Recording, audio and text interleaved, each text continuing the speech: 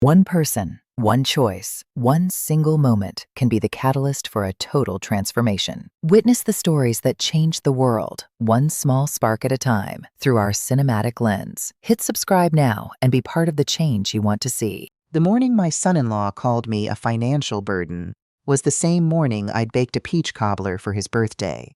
I remember standing at the kitchen counter, still in my house slippers, sliding the dish into the oven, thinking about how he'd mentioned once, just once 2 years ago, that his grandmother used to make peach cobbler on special occasions.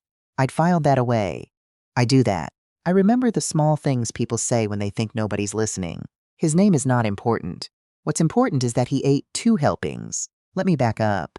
I turned 63 last spring. I retired from 31 years of teaching 3rd grade. 31 years of other people's children learning to read, to add, to say please and thank you and I'm sorry. I know children. I know when they're telling the truth and when they're performing. I should have applied that knowledge closer to home a long time ago. My daughter is my only child. I raised her alone after her father left when she was 4. We didn't have much, but we had each other, and we had the house. The house my mother left me. A 3-bedroom craftsman on a quiet street in Columbus, Ohio. Nothing fancy, but paid off mine, full of 30 years of living. The kind of house where the hardwood floors creak in the same spots every single time and you stop noticing after a while. My daughter met her husband at a work conference in Atlanta. He was charming the way certain men are charming, loudly, deliberately, always performing for an audience. But she was happy, and happy was something I'd been trying to give her whole life. So I smiled and I welcomed him, and I danced at their wedding, even though my knees were already starting to argue with me about stairs. They got married and moved into an apartment in Cincinnati, 45 minutes away. That was fine. That was normal. That was how it's supposed to go. Then the apartment lease ended. My daughter called me on a Tuesday evening, which was unusual. We usually talked on Sundays. Her voice had that particular careful quality it gets when she's about to ask me something she already knows I might say no to. "Mom," she said, "we've been looking at the market and things are it's really hard right now. Houses are so expensive. We were thinking, just for a little while, maybe 6 months, we could stay with you while we save up for a down payment." 6 months. I want you to hold on to that number. I said yes. Of course I said yes. She is my daughter. The house has 2 empty bedrooms. What kind of mother says no to her only child? They moved in on a Saturday in October. I'd cleaned the guest room, put fresh flowers on the dresser, bought the brand of coffee my son-in-law liked because my daughter had mentioned it once. The small things. I remember the small things. The first month was fine, mostly. They were polite. He was working from home, which meant he occupied the kitchen table from 8 to 5 and took loud calls with the speakerphone on, but I adjusted my schedule. I started taking my morning coffee in my bedroom instead of at the kitchen table where I'd been taking it for 15 years. A small thing. An accommodation, temporary. The second month, my daughter mentioned that the throw pillows in the living room were a little dated. I liked those pillows. I'd bought them at a craft fair in 2019 from a woman who made them by hand. But my daughter looked a little embarrassed saying it, and I thought about her comfort, so I put the pillows in the closet. The third month, my son-in-law started making suggestions. He said suggestions, but they arrived with the particular firmness of someone who expects to be obeyed. He suggested the guest bathroom needed updating. He suggested the backyard was being wasted. He suggested, and this one stopped me cold for a second, that maybe I should look into moving my home office into the smaller bedrooms so they could use the larger one for a proper workspace. I smiled and said I'd think about it. I did not move my office. What I did do was start paying attention. I am a woman who kept records for 31 years. Attendance sheets, grade books, parent communication logs, old habit. So I started writing things down, not because I thought I'd need it, just because I needed somewhere to put what I was seeing. November, they stopped contributing to the grocery bill.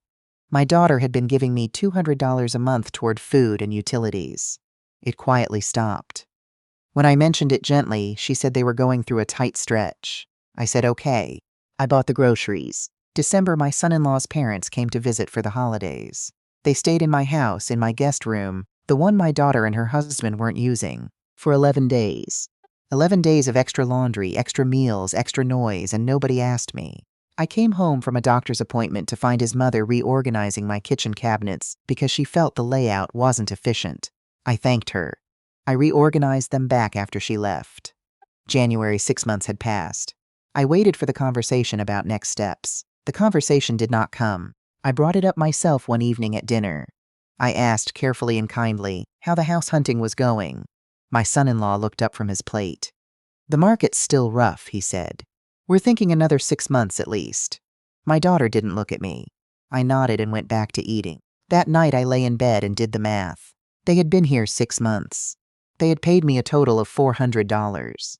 I had spent, by my rough estimate, somewhere in the range of $6,000 in additional groceries, utilities, and household expenses. I had given up my kitchen table, my living room throw pillows, my morning routine, my privacy. I had hosted 11 days of uninvited guests in my own home. I had baked a peach cobbler for a man who had never once said thank you. I thought about my daughter at age 7, learning to ride her bike in this driveway. I thought about the money I'd quietly set aside for her through every lean year of single-parent life. Money I never told her about because I didn't want her to worry. I thought about 31 years of other people's children and how I always knew which ones were being taken advantage of. And I thought, I know what this is. February came. Things shifted, not dramatically, not all at once. It was more like water damage, gradual. By the time you notice, the structure is already compromised. My son-in-law began to speak to me differently, less like a guest and more like someone who'd decided he lived there. He started referring to our house in conversation with his friends on those loud speakerphone calls. He left dishes in the sink for days and looked genuinely surprised when I mentioned it. He began making comments, small ones, casual ones, always with a little smile, about my routines, about how I kept the thermostat too high, about how I watched too much TV in the evenings, about how I had a lot of stuff for one person. I am a 63-year-old woman who has lived alone for 20 years. I watch television in my own living room. I keep my thermostat at the temperature I like. I have things because I have lived a life, and my things are in my house. My daughter stopped pushing back on him in front of me. That was the thing I noticed. In the beginning, if he said something sharp, she'd give him a look or change the subject. By February, she just let it sit there. One evening I was on the phone with my oldest friend, sitting in my bedroom with the door closed, and I heard them talking in the kitchen. I wasn't eavesdropping. The walls in old craftsman houses are not thick. "She's not going to change," he said. "This is just how she is." "I know," my daughter said. "I just don't want to make it a whole thing." "It's going to have to be a whole thing eventually," he said. "We need to start talking about the long game." The long game.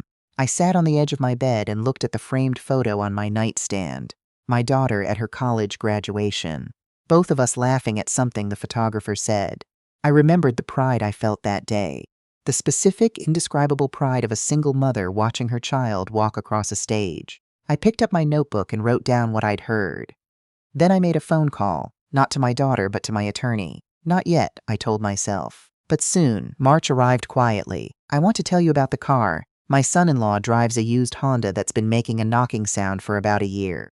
I know because I hear it pulling in and out of my driveway." In early March, I came downstairs on a Saturday morning to find him on his laptop at my kitchen table. My kitchen table, where I used to have my morning coffee before all of this, looking at new car listings. I made my coffee and went back upstairs. I did not ask, not my business. The following Saturday, he announced at dinner that he'd found the one, a truck, nearly $40,000. He was excited in a way I hadn't seen him excited about much. Certainly not about looking for a house, not about building a savings, not about any of the things they'd told me were the reason they needed to move in. "That's exciting," I said. "How are you financing it?" "Oh, we're looking at our options," he said. 3 days later, my daughter came to me quietly. She sat down across from me at the kitchen table, my kitchen table, and she folded her hands the way she used to do when she was a child, and had done something she needed to confess. "Mom," she said, "we were wondering if you could help us with the truck." I looked at her. "Help you how?" "Co-sign the loan. Just to get a better rate. Or, if you were able, even just a contribution toward the down payment. We'd pay you back." I want to tell you exactly what I felt in that moment. It wasn't anger. Not at first. It was something quieter and colder. Recognition. I'd seen it before. Not in my family, in my classroom. The child who is always forgetting their homework, always has an excuse, always finds the soft-hearted adult in the room and presses, gently, steadily, until that adult gives in. I knew this pattern. I had managed it professionally for 31 years. I looked at my daughter. My daughter, who I had worked double shifts to put through college, who I had given the best bedroom in this house, who I had watched choose this man and hoped for the best. And I said, very calmly, "No." She blinked. "Mom, no," I said again. "I won't co-sign and I won't contribute. And I think we need to have a longer conversation." She didn't stay for the longer conversation that evening. She went upstairs. I heard them talking, but I didn't try to make out the words. I'd heard enough. I made myself a cup of tea and sat at my kitchen table in my own house, and I wrote down 3 numbers in my notebook. How long they'd been here, 5 months past the original agreement. How much I estimated I'd subsidized their living, just over $9,000 in groceries, utilities, and household costs. How much I had left in my personal savings after 2 years of retirement, enough to be comfortable, if I was careful, if I didn't keep subsidizing grown adults who were buying $40,000 trucks. Then I wrote down one more thing. A date, 8 weeks out. The date by which I needed to see a real plan, with real numbers, or I would need to ask them to leave. I slept fine that night. The call came on a Thursday, not at 2 a.m. mid-morning, while I was in my backyard planting the tomato seedlings I start every spring. My phone buzzed and it was my son-in-law. I almost didn't answer. I had never received a phone call from him directly. We communicated through my daughter or across the dinner table, or in the accidental way of people who share a house. A direct call felt wrong before I even picked up. "I need to talk to you about something," he said. There was a sound in his voice I hadn't heard before. Not quite anger, not quite pleading. Something in between and underneath both, a certainty that he was entitled to what he was about to ask for. "I'm listening," I said. "The truck deal fell through," he said. "There was a financing issue. The dealer needs the down payment in full, $12,000, by tomorrow, or we lose the deposit we already put down." I stood there in my backyard with the trowel in my hand and the smell of soil, and I said, "What deposit?" $3,000. We put it down last week. $3,000. On a truck. When they had told me they couldn't contribute to groceries because of a tight stretch, "I need you to transfer for $12,000 to the dealer account by end of day tomorrow," he said. "We'll pay you back when the tax return comes in. This is a really good deal. And if we lose the deposit on top of losing the truck—" "No," I said. A pause. "What?" "No," I said again. I knelt down and pressed a seedling into the soil. "I won't be doing that." The silence lasted a long time. Then his voice changed. The performance fell away, and what was underneath it was not pretty. "You know," he said, "we've been very patient with you. We came here to help out. It's not easy living with someone your age, your habits, You came here," I said, still very calm, still looking at my tomatoes, "because you needed a place to live. You have been here 11 months. The agreement was 6. I have asked for nothing. I have said nothing about the groceries, about the utilities, about your parents staying here uninvited, about the $3,000 you apparently had for a deposit on a truck, but not for a contribution to this household. And now I'm saying no to one more thing, and suddenly I'm the problem." Another silence. "I think," he said slowly, "you might want to be very careful about how you treat us. We don't have to be here, you know. We could leave. And then where would you be? Alone in this big house with no one to." "I'll be fine," I said. "Goodbye." I hung up. I set my phone face down in the grass beside me. I picked up the next seedling and planted it. My daughter didn't speak to me for 3 days. I left her alone. I have learned, in 63 years, that some silences need to breathe before anything useful can come out of them. On the 4th day, she came downstairs while I was making breakfast and sat at the kitchen table and looked at me with red eyes. "Did he call you?" she asked. "Yes," I said. "What did he say?" I told her. All of it, including the part about being very careful. I watched her face while I talked. I have watched a lot of faces in my life, and I know how to read them. She was not surprised. "Mom," she said, and started again. "I know you are," I said. I know he's been difficult. I've been trying to manage it." "I know that too," I said. I poured myself a cup of coffee and sat down across from her. "Here's what I need you to understand. I love you. That has never changed and will never change. But I am not your husband's parent, and I am not his bank, and this is my home. The home your grandmother left me. The home I raised you in. And I need you both to make a real plan, a written plan, with a timeline for when you will leave. I am asking for 2 months. That is more than fair." She looked at the table. "He's not going to like this. I know," I said, "but I'm not asking him. I'm telling you. And you are my daughter, and I am trusting you to handle it." She nodded slowly. Her eyes were wet. "Can I ask you something?" she said. "Of course. Did it ever feel like too much, raising me alone? Did you ever want to just—" "No," I said before she finished. "Never. Not one single day." She cried then, really cried, the way she hadn't since she was a teenager, and I put my arm around her at my kitchen table in my house, and I let her. Because she is my daughter, and I love her completely, and that has nothing to do with the rest of it. We had 2 hard months. Her husband was cold to me in the house, barely spoke, spent most of his time upstairs, came down for meals and ate in silence. Some evenings I could hear them arguing. I did not try to hear the specifics. I kept my notebook, kept my routine, kept planting things in my backyard because spring does not wait for anyone's domestic drama. The plan came in the 3rd week of April. My daughter slid a paper across the table to me. A real document, typed, with dates and numbers. They'd found an apartment in Columbus, 20 minutes away.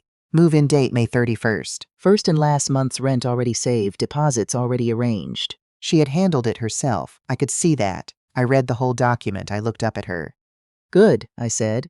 She moved out on the last Saturday of May, with a small moving truck and her husband and 47 boxes. He did not say goodbye to me. I was in the backyard with my tomatoes when they drove away. I didn't go inside until the sound of the truck was completely gone. Then I went inside and stood in my kitchen, my table, my house, and I made the first pot of coffee I'd made for just myself in 11 months. I took it to my living room. I brought the throw pillows down from the closet and put them back on the couch where they belonged.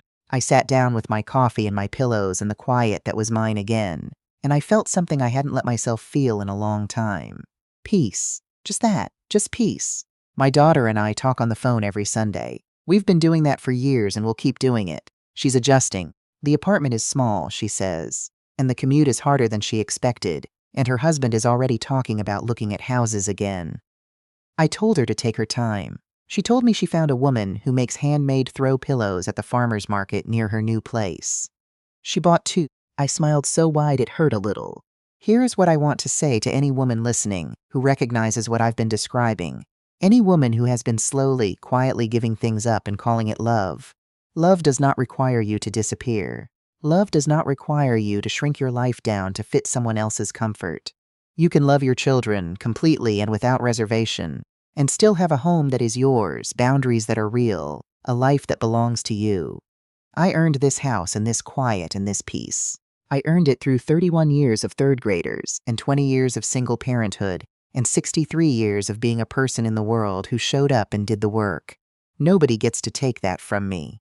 Not even the people I love most. Every spring I plant tomatoes. This year I planted more than usual. Too many, probably. More than one person can eat. But I've been taking bags of them to my neighbors, to my church, to my oldest friend who came over last Tuesday and sat with me on the back porch and laughed until we both cried about absolutely nothing in particular. My garden is doing beautifully. I am doing beautifully. And I have all the space in the world.